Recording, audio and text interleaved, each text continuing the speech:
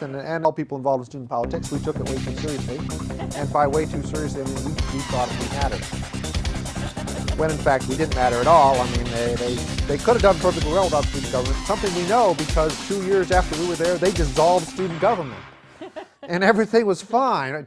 Whoa, hey! Sorry, I was talking about the old days, back when I was in student government. And someday I'll tell the stories, you know, because people care. People want to know, Keith, what were you doing 20 years ago? I mean, people besides my biographer. My biographer, you know, we get together every other week. We talk about things. She's putting together a very nice book. We've got the deal mostly ironed out. There was a bit of a wrinkle. Judith Regan was negotiating it on the Fox side, and then she was unexpectedly let go because of that OJ thing. So we've had to go back. We're asking for more money, of course. You know, time value and stuff, and it's who knows. Anyway, the book will be out probably. We're thinking spring 2008, maybe summer, but we prefer spring because that way people buy it and then they read it over the summer, you know, on the beach or something like that. If you come out in the summer, you get lost. It's all very complicated. My agent's working on it, so don't worry your heads about the book. When I have more information, I'll let you know. Tonight, topics for tonight. See, I got 2 pages of topics. Now you're saying, Keith, you're going to go through those in lickety-split. I mean, you answered like 38 questions last time. You were just going through paper like it was, you know, like it was toilet paper. Like, you know, you're going through paper like toilet paper, which is surprising because you don't use that much toilet paper. I mean, I suppose you do if you're messy, but I don't want to think about that. But I mean, maybe that. I mean, if you're going to talk about going through paper, it'd be like you go through paper like a hamster because you know you fill the hamster cage with a string. I'm off topic. See, I got 2 pages of topics. I'm probably not going to get to all of these. I decided to slim it down. Instead of trying to come up with, you know, 10 pages of things to talk about, and I talk about the first half page usually. I've got the first half page I'm probably going to talk about. I didn't bother to write the other 9 pages. I know you're saying, Keith, doesn't that mean you're not putting as much preparation into the show as normal? No, I put no preparation into the show. I wrote this half an hour ago, and I would have written the 10 pages half an hour ago. You know, usually it's like 4 o'clock on a Thursday, and I'm sitting at work in the BRB, and they're like, okay, this will be over in an hour and a half, and then I got to go back to my office and think of some crap to talk about on the show. And then I go back to my office and I browse the web, and I print some crap out, and then I drive home and I come here and we do the show. There's no script, is what I'm saying. Short answer is there's no script. People have written me saying, Keith, why don't you closed caption the show? And I'm like, how would I do that? And they're like, well, you would just take the script and you would, you know, attach it to the video as closed captioning. I'm like, there's no script. They're like, what? How could you not have a script? What do you know what to talk about? And I'm like, well, I have no idea what to talk about. Someone yells start, and I start talking, and half an hour ago I stopped talking. We used to have them throw water on me to get me to stop talking, but the studio people didn't like that because it did something with the lights. And so now we've agreed on a complicated set of hand signals that involve, it's here, I'll tell you the hand signals. It's 3 minutes left, 2 minutes left, 1 minute left. Stop talking or I'll come kill you. See, that's the hand signals I get, and it's very hard to see because it's bright in here. So normally I don't catch them until the stop talking or will kill you part, and then I have to wrap up quickly. Tonight's topic, at least topic 1, see, there's no real topic tonight's show. After I'm done talking, I'll realize there's some grand topic, some grand unifying theme that brought everything together, but I don't know that until I'm done, because again, I have no idea what I'm going to say until I'm done. Tonight, topic 1, Legally Blonde. Now, I know everyone at home went, what, Legally Blonde? Those 2 words don't go together. But sometimes they do. In fact, the way they go together is there's this play up in San Francisco called Legally Blonde. It just opened. Red and I went up and we saw it. It's part of our Best of Broadway subscription. Mm-hmm. We have this subscription called Best of Broadway. We mail away like $1,000 every year for 2 tickets. It's a lot of money. I don't know why I spend it, except that it gives me topics for the show. But I can make topics for the show up. I wouldn't have to spend money on it. I think it's Loretta's idea, come to think of it. Yeah, I'm getting confirmation from the booth. This is, in fact, Loretta's idea. I should just move on because I'm not going to win this one is what I'm hearing. Yeah, okay. So it's Loretta's idea. It's Best of Broadway. We buy these tickets, and supposedly we're seeing the best plays from Broadway coming to San Francisco. And I was thinking about this the other day, and it occurred to me, these tickets are lying to me. Because these aren't the best of Broadway. I mean, to me, the best of Broadway would be like The Producers. Like, I think The Producers is the best of Broadway. Or maybe that Spam-A-Lot thing. That'd be best of Broadway. I don't see that. No, I see weird plays about child molesting priests. Which I think did win an award. So maybe that actually is part of the best of Broadway. But there was some Edward Scissorhands ballet musical thing that I didn't go see because I knew better. Like, they're like, it's Edward Scissorhands, it's a musical, it's all dance. And I'm like, I'm busy that night. So Loretta went with someone else. But anyway, a couple weeks ago, we went up and saw Legally Blonde. It just opened. And as you'd expect, it's the movie, except it's done in a play. And it's a musical because, I don't know why. Plays, they do a lot of plays as musicals. They do a lot of films as musicals, too. Not as many as plays. Musicals don't make a lot of sense to me, and here's the reason. I have never, I say, in my life, thought, hey, this would be a great time to break out into song. To say nothing of, if I ever did think this, there would never be an orchestra nearby, which could accompany me perfectly with what I was singing while I danced, because I also can't dance, as it turns out. I mean, I know all you people at home are surprised. You're like, Keith, you're great at everything. Everything except dancing and singing. I would not do well in American Idol. I cannot dance, I cannot sing. Anyway, so we go up, we see this Legally Blonde play, and it's, overall the play's pretty good. I mean, it's going to close in like 3 months and move to Broadway. So in this sense, I guess we're getting the best before Broadway. Although if it goes to Broadway and it flops, then it wouldn't be the best. It would be false advertising if it doesn't take off.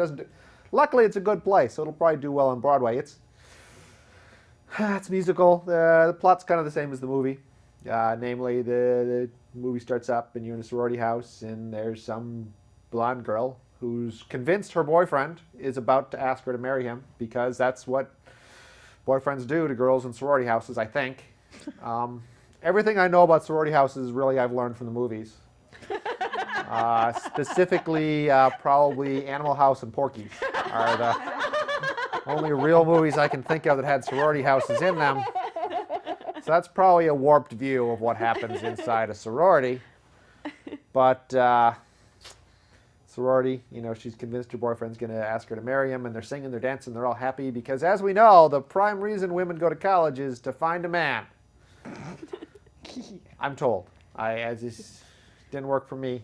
I was there at college looking for a man. Didn't find him. I was forced to get a degree and a job. Anyway, so they're singing, they're dancing, and then she goes out to dinner with her boyfriend, and her boyfriend, they were like prom king and queen or something. Or not, homecoming king and queen, I guess. And he dumps her. Her boyfriend's like, I don't want to be with you no more, because I want to be a senator eventually, and you can't be a senator if you have an airhead for a wife. And I'm like, when did they make up this rule? Like, yeah. I got to assume a lot of senators have airheads for wives, because it's easier. And senators are all about I don't know. So her boyfriend dumps her, and now she's distraught. And her boyfriend's going to go off to Yale, to law school the next year. He's already gotten in. So she's like, I've got to convince him I'm a person of substance. So she applies to Yale Law School, and she takes her LSAT, and she gets in. So now at this point, it's comedy. And John tells me it's Harvard. Now I know why I'm saying Yale, because to me, all them damn Ivy League schools are the same. I mean, they're filled with Ivy League people. And beyond that, earlier tonight, I was thinking through, and I was like, Harvard. Yeah, she goes to Harvard. Don't confuse it with Yale. Yale's where President Bush went, and Kerry. They were in that secret skull society. Don't confuse Harvard with Yale. Aha. I messed myself up, didn't I? Mm-hmm. Luckily, I have the crew and the internet. Because really, the internet is where I find all my facts. And speaking of the internet, so like I was trying to remember what happened in the movie, because I wanted to vaguely, be able to talk about it and compare the movie to the musical. Because I probably saw the movie like 6 or 7 years ago, probably when it came out. And I don't know if it came out more than 6 or 7 years ago, so now I sound like an idiot.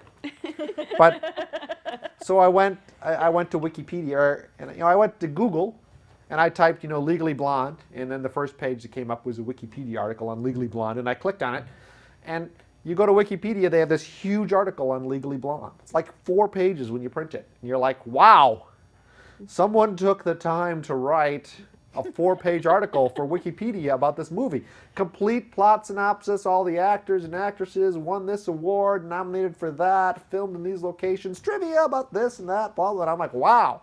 And I thought, well, Legally Blonde, not a terrible movie. I guess someone ranked it the 29th funniest movies of all time. It's not the 29th funniest movie of all time. I mean, I think Mel Brooks has made like 10 or 12 movies, and those probably ought to be the top 10, maybe. But it's probably not the 29th funniest, but it's a good movie. And then I thought, well, what other movies do they have up here? And so my mind thought, Keith, think of a bad movie that no one would bother to write a webpage about. And immediately my brain thought Blade. So I typed Blade. And then there's a big long list that comes up because Blade's a common word, shows up in the encyclopedia a lot. And I'm like reading through and it's like Blade, parentheses, movies. And I'm like, oh, well, maybe someone put up a short page like, Blade, a bad movie starring Wesley Snipes about vampires. So I click on it. No, there's like a 12-page article on the Blade movie up on Wikipedia. That's just the first one. There's another page for movie 2, Blade 2, and another one for Blade 3, and it's going into all this crap, and there's like this really long synopsis of the plot. You don't have to watch the movie. You can just read the Wikipedia page, and you've seen the movie. Except you haven't seen all the cool kung fu moves with the sword that he does. But I don't know how they do it. Like Encyclopedia Britannica's got no page on Blade. I mean, I bet even if you go to their website, they don't got no page on Blade. They're, well, I don't want to say smarter, but I don't know if our kids need an encyclopedia page on the Blade movie trilogy. And then I tried to think of other movies that for God's sakes, no one would ever make a page about this movie. And I was unable to type a movie title in that I could think of that didn't have a page on Wikipedia. Now, I'm not going to mention, and if I had, thought of a movie that didn't have a page up, I would be forced to put a page up. Just so that when you saw this show and heard me go, well, yeah, as it turns out there's no page for arachnophobia, that you'd go, oh, yeah, there is. See? So I don't know if there is a page for arachnophobia. Well, I do know, because after the show, I will have to go look and see if there's a page for arachnophobia and put one up if there isn't, just so I don't look like an idiot on my own TV show. Don't look like more of an idiot on my own TV show. Where was I? Oh, so this long article on Legally Blonde. So I acquainted myself with the plot of the movie and the musical again, and the two are remarkably similar. She gets into Harvard and she follows her boyfriend out to the East Coast, and then she's trying to impress him as a law student. I'm a person of substance, but she's not a person of substance yet, and her boyfriend's like, I don't want anything to do with you. I've got a new girlfriend here, and it's some mousy Harvard girl, smart. She's in law school, but and so the main character, Elle Woods, I believe, is spurned. Spurned is the right word. I think spurned is the word you'd use to describe it. So she dedicates herself to her studies, and she's supernaturally organized because she's a sorority person. I think it didn't make a lot of sense to me, but I'm going with the characters here. And so she becomes the best law student in the class, and then, I don't know, the law students help their professor out with some murder case. I don't think you let law students help out with murder cases. At least, if you're the defense lawyer for a murder case person, for God's sakes, don't bring all your law students into the courtroom with you. Make them stay back at the college doing law student things, because I think they do need to study. Again, everything I know about law school I learned from the paper chase, but I recall there being a lot of reading involved in law school. And I have to assume that first-year law students haven't done most of that reading, because if they had done most of it, they'd just take the stupid bar exam and be lawyers. Why would you stick around in law school for 3 years if you didn't have to? So first-year law students, not really great people to have in the courtroom with you, but in this case, the first-year law students are in the courtroom, and they're defending this woman who's been unjustly accused of murdering her rich husband, and she's an exercise guru-y person, and Elle, of course, helps solve the case because Elle uses her sorority powers, like Wonder Twins, sorority power, to discover certain things that couldn't be true, and thereby foil the evil plot to unjustly convict this woman of murdering her husband when in fact it was the rich guy's kids who wanted to inherit his money. So that, I believe, is stock plot number 7. Or as I think of it as Scooby-Doo, it's I would have gotten away with it if it weren't for you darn sorority lawyers. I never heard that in Scooby-Doo, but that would have been great. Wouldn't it at the end? They'd yank the rubber mask off the monster and the evil old man whatcha-not would go, and I would have gotten away with it if it weren't for those sorority girls. Man, I'm going to write Hollywood. I think I got a movie. I got a movie deal coming to me. I'm going to be rich. Okay, so end of the movie. End of the musical. Elle has solved the case. 2 years later, she graduates from law school, top of her class, because she's freaky organized. And she dumps the boyfriend because it turns out he's kind of shallow and dumb, as most guys are, I think, especially at Harvard or Yale or wherever. She graduates. Everyone's happy, and they had a dog. I forgot the dog. There was a dog in the play.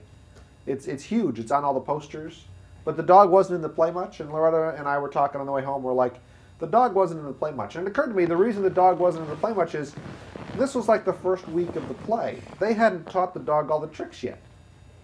See, they're every day they're teaching the dog tricks, and by the time they get to Broadway, the dog will probably be all over the darn play.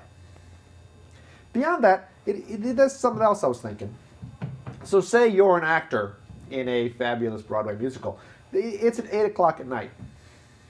You ought to be able to have a job. 9 o'clock in the morning, you could get up, go to your office, I don't know, sit in a tiny room and type code all day. That's what I assume everyone does at their jobs. Right. 5 o'clock, you leave, maybe 6, depending if you get all your work done or not. Catch a quick bite somewhere, and then you pop across town, and you star in a musical about to go to Broadway. And then it occurred to me that's probably not what actors do. To me, they know all the words. They ought to get up at 4 o'clock in the afternoon and have a cup of coffee, smoke a cigarette, have another cup of coffee, slouch across town to the theater, do this little show they got to do for the money, and then, I don't know, stay up all night drinking and dancing. I mean, what do actors do during the day? And I thought, well, they rehearse. Perhaps they're busy learning their lines. And I'm like, they can't do that. They know their lines. I mean, I know they know their lines. I saw them do them. So if you're an actor or actress, although I think now you call actresses actors. I don't know why. It's very confusing. But if you are, email me and tell me, what do you do during the day? For God's sakes. Because people want to know, and then I'll explain it. So like I said, that was Legally Blonde. Now I know you're saying, Keith, where's this much vaunted theme that you talk about in the show? Ha-ha! Here comes the theme. Not only did we see Legally Blonde, we also saw the Rocky Horror Show earlier this month. And you're saying, Rocky Horror Picture Show, that's just that movie with the dancing around in the, No, we saw it on a stage. We saw the play. And you're like, play? I know what you're thinking. It's not a play, Keith. It's a movie. I've seen it. No. See, originally it was a play. And it was a play in Britain. And then it was a successful play, and they made a movie of it. That's the way it used to work. See, there'd be a good play, and then they'd make a movie of it. Now there's a good movie, make a play from it. I can't say which is better. Probably the latter, because there's more money in movies. Not as expensive to start a play. Especially not if you start a small play. You don't want to listen to me on financing of entertainment deals, because truthfully, I know nothing. But so Rocky Horror used to be a play, and the plot of the play is kind of like the plot of the movie, which is people dance around on stage in their undies, doing weird things, and you watch it and go, man, this would be so much better if I were high. Because I'm assuming that's why the play really took off when it took off. Because it started in the 70s, and near as I can tell, everyone in the 70s was high. I mean, it explains so many things. Look at the hair. People would not have had hair like that if they were not high all the time. Disco. I mean, some disco is good, not much, but it's only good because it's retro. At the time, you would have had to have been wasted for disco to sound really great. And that whole Staying Alive thing with the John Travolta. The 70s, people were wasted is the only possible explanation. I mean, they elected Nixon, for God's sakes. Okay, don't get me onto Nixon, because I'll be talking all night. So Rocky Horror, it's a play. Now I know you're saying, Keith, why would you go see the Rocky Horror play? I'll tell you why. It was part of a birthday party. You're like, Keith, who do you know cool enough to have a birthday party at Rocky Horror? The Rocky Horror Show. And I'm like, I know no one, Keaton. I know no one cool enough to have a birthday at the Rocky Horror Show. But Loretta has a sister. And Loretta's sister has a friend. And Loretta's sister's friend was cool enough to have her birthday at the Rocky Horror Show. Did I mention why? It's because she's a stripper. Yes. Loretta's sister has a stripper friend. Now I know everyone at home's like, Keith, that's extra geek cred points for you. I don't even know the stripper. I've met the stripper once, although we speak of her often. Always as the stripper, although we know her name. I'm not going to say it in the air because people would just write me and go, hey, can you introduce me to the stripper? I'm like, no, I cannot introduce you to the stripper. But she is apparently a happy and well-adjusted stripper. Cool enough to have her birthday at the Rocky Horror Show. Down in front, in this area with tables and beverages and little boxes filled with props. I'm just the coolest guy in the world in all your eyes right now, aren't I? Yeah, you won't mock me anymore there in your living rooms. Okay, so we're watching this Rocky Horror Show, and of course I've seen the movie before because I did used to be hip one day. No, I didn't used to be hip, but I used to know people that were hip, and they'd let me come with them to the Rocky Horror movie. And now with DVDs, anyone can watch it in their house, which I know because we watched it in our house like a week ago. Because we had a friend who had never seen it. And we're like, well, we should watch it. And naturally, of course, the best place to watch the Rocky Horror movie is, well, in your living room while sitting in your couch. Because that gets you the best of all the interaction with the audience and everything. No, really, you should go out to a theater and see it. And maybe we'll drag her to a theater. But I don't know. We didn't this time. We watched it. So I could compare. I could compare the play to the movie to the play. And they're similar. And I'm told, based on some investigations, that the reason they're similar is that, well, they made the play, and then they made the movie, and they changed some things, and then the movie became popular, so they changed the play to match the movie. Kind of like this Legally Blonde thing. They play matches the movie. Who knew there was a book called Legally Blonde? It's like a triumvirate. Anyway, it's the Rocky Horror, the play, and in America, apparently, the movie's very popular here. It still plays, usually at midnight, usually to audiences of sad high school and college students who think they're cool by prancing around on stage in lingerie, usually women's lingerie, except for Brad. And even he's in women's lingerie at the end. So I guess if you like wearing lingerie, Rocky Horror Picture Show is your thing. Likewise, the play. And here's something I thought. Apparently, the play is much more popular in Europe and Australia and stuff than the movie. In America, it's the opposite. And someone was speculating why this might be. They were like, I don't know why. I know why. Because Keith, used my explaining brain. I thought about it for like a minute and a half, and suddenly I knew the answer. See, in the rest of the world, the odds of you being able to be in the room with another person in lingerie are low. So, like, you can go to the play and you realize I'm in the room with a bunch of people wearing leather corsets and other naughty underthings. In America, this is so common. None of us care about it. I mean, it's probably 2/3 of the cities in this country. You can really easily find a person who would like to be in your room wearing leather lingerie. And you could just contact them and they could come over. Maybe Craigslist. I think they've got a section. In fact, I know they've got a section, weirdos. they can come over and do things in my house, and you just post there, I'd like this to happen, and so for us, we watch the movie because, the movie, it's thought out, they have proper lighting and stuff, and the rest of the world, they're into the kinky in the same room thing. Anyway, so that's the story there. Oh, one last thing for the Rocky Horror play, we took our little Japanese exchange student along with us to see the play. That was probably a mistake. Remember I said the play was popular in like Europe and Australia and stuff? I gotta think Rocky Horror not popular in Japan much at all.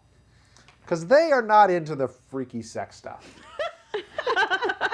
At least I don't think they are. I mean, based on some of the stuff I've seen from Japan, someone over there's got to be into it. But the tiny Japanese exchange students are not those people.